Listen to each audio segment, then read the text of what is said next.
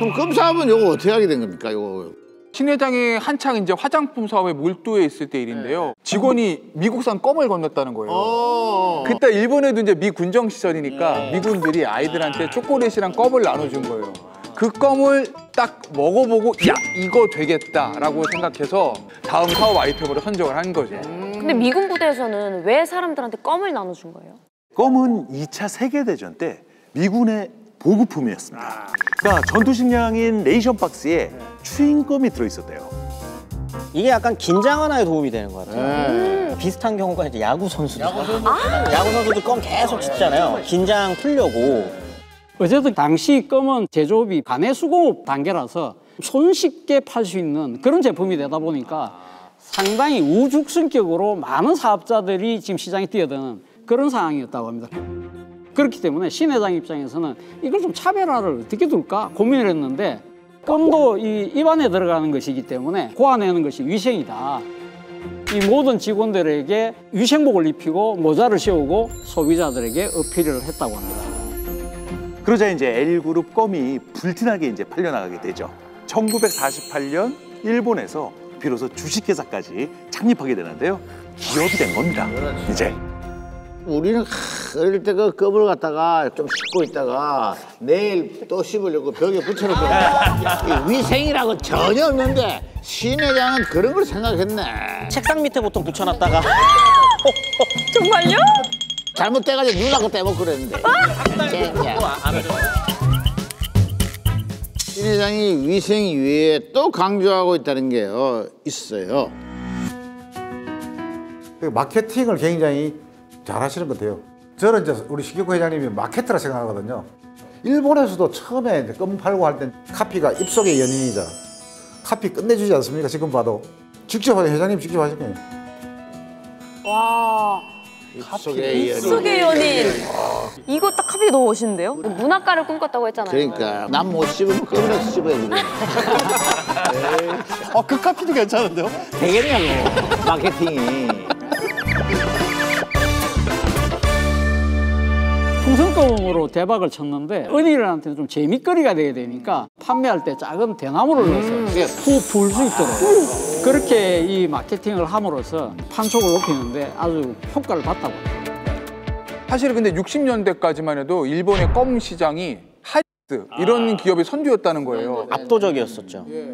그런데 이제 신 회장이 그 회사를 따라잡아야 되잖아요. 네. 그럼 이제 품질을 높여야 되겠다. 그래서 일본 최초로 이거를 수입합니다.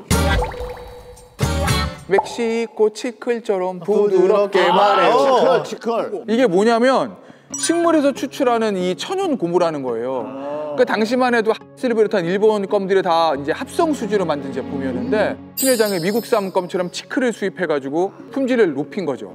그때 이제 선풍적인 인기를 끌면서 L 회사의 껌이 일본 껌 시장에서 당당히 점유율 1위를 차지합니다. 그런데 마케팅 규제잖아요. 이걸로 만족하지 않습니다. 1위 자리를 굳건히 하기 위해서 어마어마한 이벤트를 준비하죠. 마케팅 이벤트.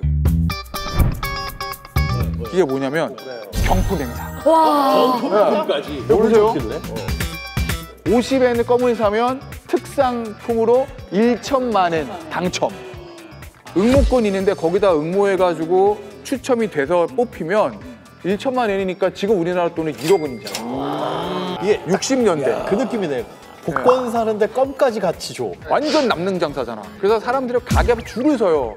그래서 일본 언론에서 많이 비판한다는 거예요. 이거 너무한 거 아니냐. 근데 이것도 노이즈 마케팅이 잘 돼가지고 껌 판매량의 3배 이상 증가했고요. 경품 응모자 수가 200만 명? 그러니까 초대박 친 거죠. 일본 시장 점유율 1등. 이거를 계속 유지할 수 있었다고 해요. 껌으로 시장 재패. 근데 거기서 이제 만족하지가 않습니다.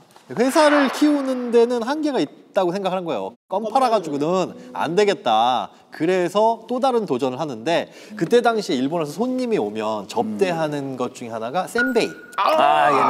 센베이 과자. 요때 센베이보다 약간 고급스럽게 내놓는 게 바로 요거였는데 요게 이제 인기가 많아지면서 그래 저걸 만들자라고 유럽에서 스위스 출신 최고 기술자를 영입해서 제품이 아니라 예술품으로 만들어달라. 그렇게 해서 만들려고 한 예술품 요겁니다. 요거 이제 개발한 다음에 직원들한테 주문을 하는데 광고 마케팅 비용 그런 거 아끼지 마라. 그래서 18살 소녀 배우로 캐스팅을 해가지고 곧바로 이제 CF 찍고 초콜릿을 대대적으로 홍보를 합니다. 이 초콜릿을 또 띄우기 위해서 말이죠. 여성 50명을 아르바이트생으로 고용을 해서 도쿄 시내에서 이걸 했다고 하는데요. 과연 어떤 걸 했을까요?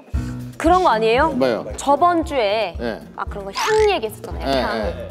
향. 초콜릿 향. 이렇게 추추추추추 이렇게. 간단해요. 엘사 초콜릿 로고가 새겨진 가방을 들고 이렇게 막 돌아다니는 거예요. 아, 그 50명의 알바생들이 하나 더 있어요. 또 있어요? 가요 프로그램 네네. 시간대를 몽땅 사가지고 L그룹 로고를 붙여가지고 방송을 나가겠다는 거예요. 그게 돼요? PPL의 시초인거죠, 저게. 예. 60년대부터 PPL 한 거예요. 어마어마한 거라니까요, 사실. 근데 그때 신격호 회장의 그 마음속에는 상당히 엉어리진 게 좀 있었다고 볼 수 있을 것 같아요. 아무래도 한일 국교 정상화가 되기 이전이었기 때문에 교류가 쉽지 않았고 고향에 두고 왔던 뭐 부모님들 그리고 지금 임신한 아내까지 있잖아요. 그렇기 때문에 고향에 대한 그리움이 아주 컸다고 합니다. 그래서 나름대로 이때 한국과 연을 이어가는 것이 뭐냐. 사업에서 거둔 이익금을 당시 한국은행 도쿄 지점에 예치를 하는 거죠. 이때 당시 한국은행의 도쿄 지점장이 누구냐면 유창순이라는 사람입니다. 아주 대단한 분입니다. 이분이 나중에 돌아와서 총리까지 하신 분인데 이때 맺은 인연 때문에 신격호 회장이 한국에서 사업을 할 때 거의 후견자 역할을 해요. 고향에 대한 그리움이 이 인연을 만들었던 거죠.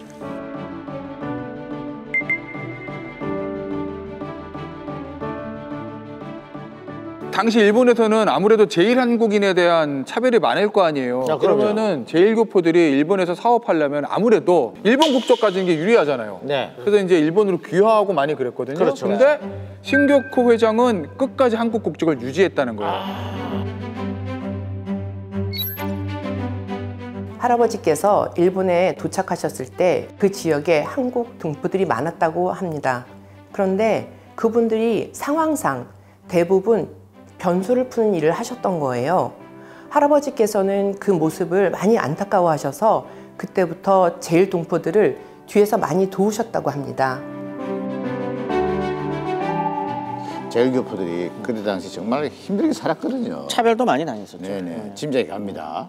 해외 나가면 다들 애국자가 된다는 말이 있잖아요. 그래서 제일교포들은요 서로 똘똘 뭉쳐서 도움을 주고받을 수밖에 없었습니다. 광복 직후인 1948년 열린 런던 올림픽, 1954년에 개최된 스위스 월드컵에 출전하는 대한민국 선수단을 위해서 후원금을 조성하게 됩니다. 일본에서 힘겹게 살아가던 분들이라 우리 선수들이 태극마크를 달고 뛰는 모습만 봐도 감격했다고 합니다. 그랬을 것 같아요. 저 스위스 월드컵 때 후원했었던 경기가 그냥 일반적인 경기가 아니에요.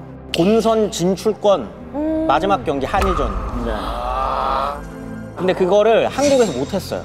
한국 경기장 사정이 안 좋아서. 그래서 일본 가서 하거든요. 그때 한국에서 경제장 상황도 안 좋았지만 가장 결정적인 이유는 이승만 대통령의 반대였어요. 해방된 지 얼마 안 되기 때문에 일장기를 달고 일본 선수들이 한국에 와서 경기하는 건 안 돼. 그런데 한국 선수단이 일본 가는 돈도 없어요. 이러는 걸 일본에서 어쨌든 돈 번 기업가가 있으니까 후원 요청을 한 거죠. 어쨌든 이 신격호 회장이 한국인 스포츠 선수하고 문화인들, 예술인들한테 후원을 아끼지 않았는데 많이 후원했던 대표적인 사람이 누구냐? 네. 천재 바둑기사. 조치훈. 조치훈?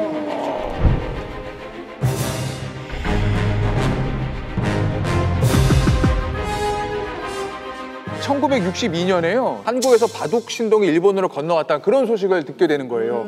그리고 그 사람을 직접 만나는 거죠. 그게 이제 어릴 때의 조치훈 구단입니다. 이게 신 회장이 바둑을 굉장히 좋아했거든요. 당시 만났을 때 조치훈 씨의 나이가 6살. 천재 소리 들으니까 그 당시에 일본을 간 거잖아요. 그러니까 생활고에 시달리고 있었다는 거예요. 6살도 무슨 돈이 있었겠어요. 그치, 당시에. 그래서 신격호 회장이 매달 2만 엔. 그러면 이게 우리나라 돈으로 지금 20만 원이면 당시 20만 원이니까 와 엄청난 돈인데. 그걸 건네면서 6살 어린이 조치훈한테 뭐라고 얘기했냐면 나는 돈을 벌어서 일본을 이길 테니까 너는 바둑으로 일본을 이겨라. 이렇게 얘기를 했다는 거죠. 어쨌든 조치훈 구단이 일본에서 12살이 채 안 된 상태에서 남성 프로기사가 되는 거예요. 그래서 일본 기원에 입단을 합니다. 네네. 그리고 일본의 유명한 바둑대회가 7개인데 네네. 그걸 다 우승해요. 그랜드슬램 달성. 그러니까 신교쿠 회장이 당부한 것처럼 네네. 바둑으로 일본을 이기게 된 겁니다. 아하. 사실 또 신교쿠 회장의 후원을 받은 선수하면 또 이분을 빼놓을 수 없대요. 바로 사진오기 챔피언의 신하죠.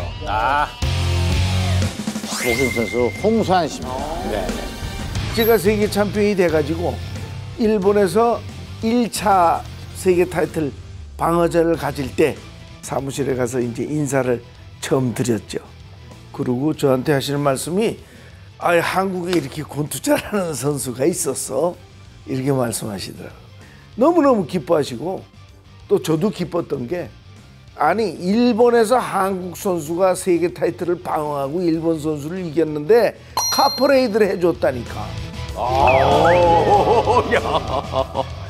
그 신교쿠 회장님께서 그때 저한테 딱 이쁜 봉투에다가 100만엔.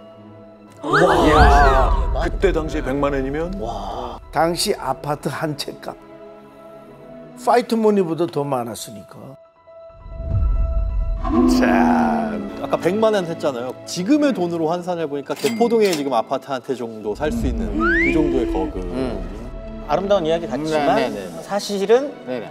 유니폼에 엘사 이름. 그 정도는 써야지. 그냥 기본이죠. 이거 나쁘다는 게 아니라 본인도 여기에서 홍보가 됐다는 거죠. 그냥 안 해도 되는 얘기 하는 거예요.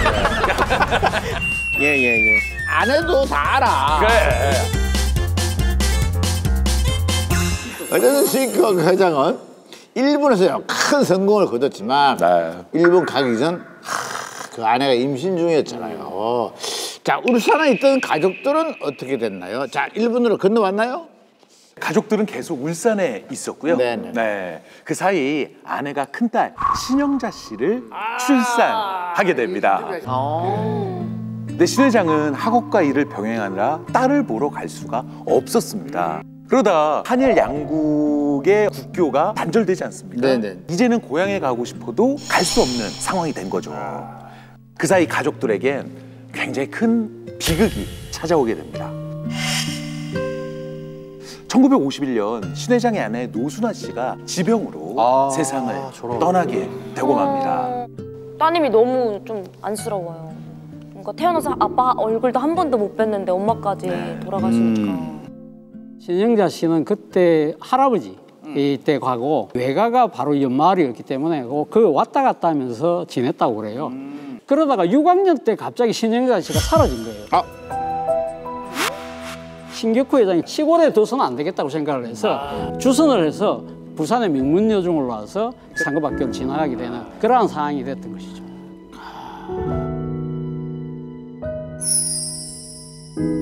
손수건부터 가락지 작은 것까지 할아버지가 굉장히 많이 보내셨어요. 그래서 엄마는 어릴 때부터 세라복을 입고 다니셨다고 해요. 늘 할아버지가 보내주신 거를 입고 쓰고 있었기 때문에 할아버지랑 떨어져 있었지만 거리감이 그렇게 멀게 느껴지진 않았을 것 같아요. 그 당시 어떤 얘기들이 보도들이 있었냐면 신교쿠 회장이 마음속으로 제일 미안해하는 건 큰딸 신영자다. 왜냐면은 어릴 때 엄마 일찍 돌아가시고 아버지는 일본에 계시고 국교 정상화 되기 전이니까 올 수도 없고. 그래서 그런가 봐요. 여러 자녀들 중에서도 유독 신영자 씨와 함께 있는 모습이 많이 보이는 이유가 아마 그래서 그런 것 같습니다. 그러면 따님만 있는 게 아닌 거죠? 네, 아들이죠. 그렇죠. 재혼을 하셨어요. 충격입니까? 신교쿠 회장은 일본에서 생활하면서 일본인 부인과 재혼을 했어요. 네. 두 사람 사이에는 신동주 그리고 신동빈 형제를 뒀는데 신 회장의 자서전에 따르면 부인은 한 원료 도매상에서 아르바이트를 하다가 신 회장하고 결혼까지 이어졌다고 합니다. 어쨌든